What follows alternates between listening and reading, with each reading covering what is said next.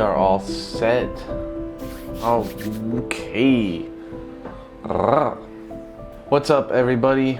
Welcome to another episode of Convoluted. I'm Jesse Asher, and today I am going to tell you about a Los Angeles man who was convicted for a robbery in Tacoma, Washington that he had no part in. And as always, I'm going to leave the links that I used for my sources below so you can check them out yourself.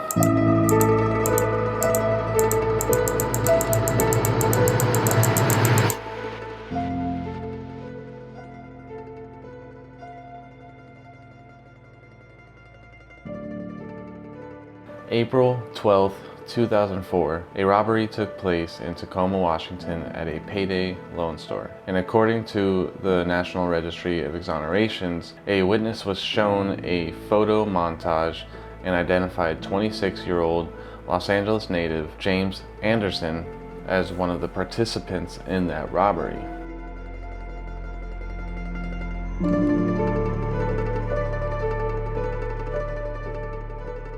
He spent time in a Tacoma jail, so the police kind of already knew of him and who he was. They were familiar with James Anderson. And based on that identification from that witness, James Anderson was actually charged with this robbery. Even though he was charged with that robbery charge was to be dropped after the Los Angeles Probation Office confirmed that James Anderson had actually been in a meeting with his PO in LA on the day of the crime. And basic geography would show that LA to Tacoma in the matter of one day is a difficult task. And that's the end, so we're done with this episode, I guess, right? Quick, short, sweet. I'm joking, obviously. That would be too quick and nice. 4 days prior to that robbery in Tacoma at the payday loan store, on April 8th, a Safeway in Tacoma was also robbed. And according to Anderson's appeal published on March 20th of 2007, 4 men participated in the robbery at that Safeway, and the only evidence the police had, or that they obtained other than the statements from some of the employees, was surveillance videotape that actually revealed 3 men. And James Anderson was arrested once again under suspicion of involvement in this earlier robbery at the Safeway. 2 men identified James Anderson as one of the robbers from images from the surveillance camera at the Safeway, and these 2 men, naturally, happened to be suspects for other robberies in Tacoma Red Flag. You can read more details about how that went down with the 2 that identified Anderson and his appeal from 2007 that I will link below. It's a lot of details. James Anderson was charged with that robbery even though he claimed less than 12 hours before that he had been at his probation office in LA, but the probation office wouldn't provide records for that date. And the trial that proceeded after was held in Pierce County Superior Court, and Anderson wanted to actually represent himself. And so because of that, the judge appointed a standby attorney to assist Anderson. They filed a subpoena to obtain probation check-in logs from Los Angeles County pertaining to those dates, but the probation office refused to give Anderson the records directly. When the missing records were brought to the judge's attention prior to trial, the prosecution stated that he had contacted the probation office himself, and there were no records of any contact with James Anderson between the date that he was released from jail and the date of the robbery 6 days later. According to a Seattle Times article written by Gene Johnson, a prosecutor who worked on Anderson's appeal stated, "We would never willfully hold records of that nature. We went out of our way to look out for the defendant's side in this case since he wasn't represented by an attorney."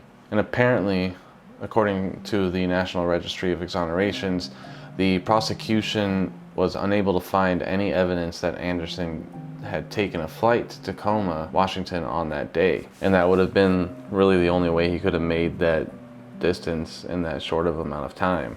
Remember those 2 men who identified Anderson as one of the robbers? Well, they got reduced charges for their testimonies, and their testimonies were the only evidence that was really against Anderson in the first place. So you could see why there'd be some incentive there for them to testify against Anderson. It's ridiculous. If you hear something about a jailhouse snitch, you should already have, some suspicion there. And Anderson's girlfriend at the time, she also testified about Anderson being in LA at the time of the robbery, but the jury convicted him of armed robbery, and he was unfortunately sentenced to 17 years in prison in May of 2005.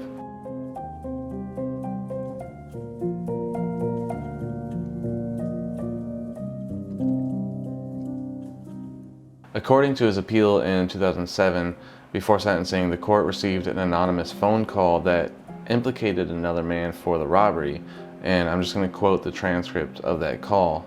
Hi, this is an anonymous phone call. I just want to say that Christopher Wayne Washington is the person who robbed the Safeway store on April 8th of 2004 around 3:45 a.m. in the morning at the 626-62016 6th Avenue, Tacoma, for the Safeway store, and Christopher Wayne Washington is now in jail or prison for that robbery. And I also want to say that James S. Anderson is innocent.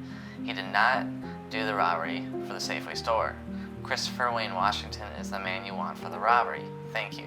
In the state, they claim that Washington's real name was actually Wayne Christopher Washington Jr., and that there is no way that Anderson and Washington could have been confused, as Washington was at least 15 years older, much heavier, and actually had 2 fingers missing. So a pretty different look. And the state claimed that they were unaware of Washington's location in April of 2004. The issue about Washington was later dropped when Anderson's standby counsel reported that he couldn't find anyone in the Department of Corrections custody under that name. And the Innocence Project Northeast took Anderson's case, and then they proceeded to obtain the records that confirmed that James Anderson had actually been at that probation office in LA on April 7th and could not have possibly driven to Washington to do that robbery. And according to that article of the Seattle Times written by Gene Johnson and some of my other sources, a University of Washington Law School student was actually responsible for uncovering the evidence that corroborated what Anderson had been saying.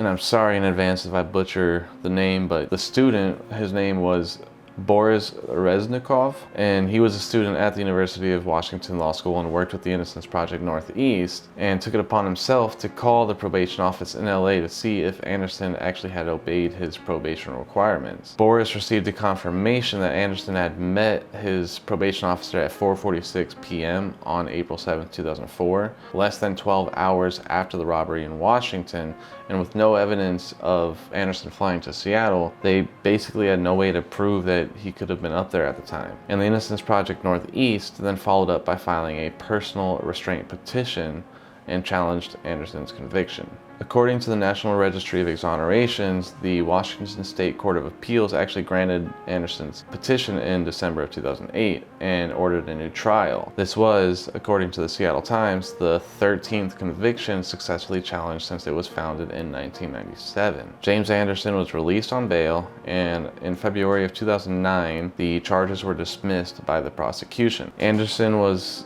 awarded a pretty minimal sum of $216,000 in state compensation, but that also wasn't until January of 2005, so like 6 years later basically. And that's the end. So he got out, he's exonerated and been released, and he got that compensation, even though it was only $216,000 for 6 years of his life. At least it was something. I mean, there are a lot of states that don't even compensate at all, a lot of people that don't get compensated. So I'm happy that he was able to get something. Not enough in my opinion, but it was something. I don't have a whole lot of information about what he's been up to since he's been released. There was not a whole lot on this case to begin with that I could find. If anybody has any more information or knows anything directly, you can of course message me on any social media platforms, which I will link below as well. Thank you guys for making it to the end of this video. Make sure to do the follows and subscribes and likes, share and talk about it. Stay tuned for more Convoluted episodes. More importantly, make sure to check out the Washington Innocence Project, the Innocence Project Northeast, and of course, the National Registry of Exonerations. And you can always volunteer, donate, do some research, and just raise awareness, become knowledgeable. Make sure to check out the sources I used, read about this case yourself, and like I said, stay tuned for more episodes. I'm out. Peace